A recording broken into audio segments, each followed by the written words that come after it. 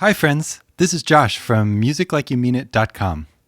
Welcome to the next installment in the From Start to Finish Metalcore series. Today I'm going to talk about creating space for your snare drum in the mix.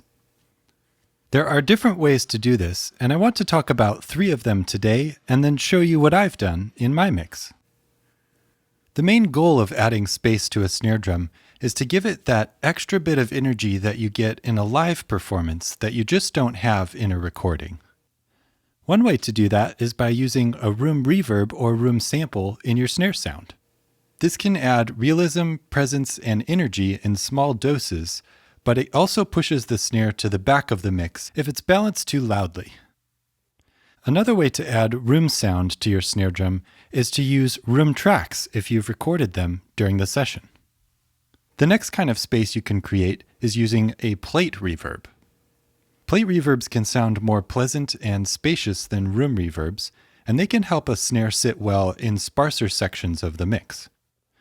Again though, if they're balanced too loudly, they push the snare to the back of the mix and you lose some presence on your snare drum. The final kind of space I want to talk about today is a gated reverb. I'll show you what this sounds like in the mix here in a second, but the basic goal of using a gated reverb is to add more body to the snare drum. When balanced well, a gated reverb can make your snare sound huge, even in a dense mix. But if it's too loud, it'll make your snare sound tubby or muddy. The main 2 types of snare space I'm using in this mix are a plate reverb and a gated reverb. Let me play a busier section of the mix here, and I will toggle those on and off so you can hear what they're adding to the snare sound.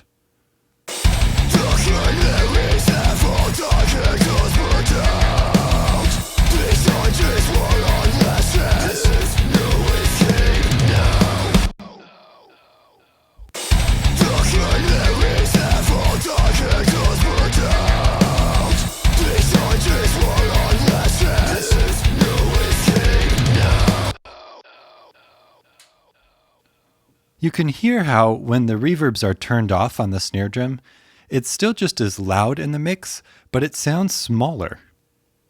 That's my goal with creating space for a snare drum, is to add that large energy without having to push the volume of the snare higher in the mix. To show you what each of these 2 different types of reverb are doing separately, let me focus in a little more on the snare drum here. Let's start with the gated reverb. I'll solo the snare drum and turn off my other reverbs, and then I'll show you just what the gate is adding.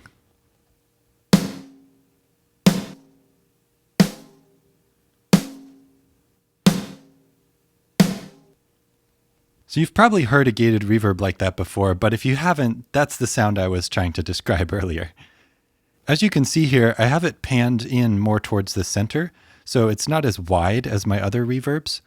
And that's helping add a more realistic, extended body to my snare drum. You can hear how, because it's a gated reverb, it cuts off pretty quickly rather than fading out in a long reverb tail. That's intentional because with this reverb, I really want to just be able to focus in on the snare body itself. Let me show you what's happening to create this reverb sound. I'm using the Verb Suite Classics plugin by Stephen Slate, but most decent reverb plugins have a gated reverb sound that you can find. Here I'm using the nonlinear medium reverb. And that's that great metallic gated reverb sound that I'm really going for here. The only other plugin I have on this channel is the FabFilter Pro Q3. I'm using this to clean up some low end with a high pass filter. And finally, I have a dynamic low cut around 200 Hz, which is helping remove some of the tubbiness from this reverb. Let me turn that dynamic band off so you can hear what it's doing.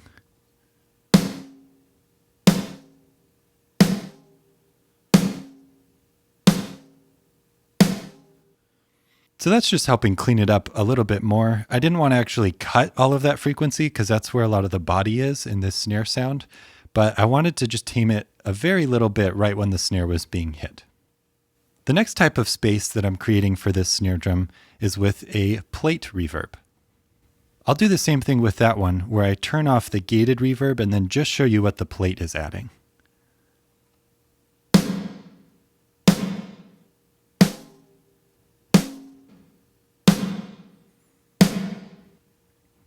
That one's even easier to hear than the gated reverb because I have this panned all the way out, and you can hear how that's really adding an explosive space to the snare. Even though it's definitely a bigger reverb sound, you could still hear that the tail doesn't linger for that long afterwards, and that's on purpose because while I do want some more space and energy, I'm also trying to be careful not to lose the snare behind all of this reverb.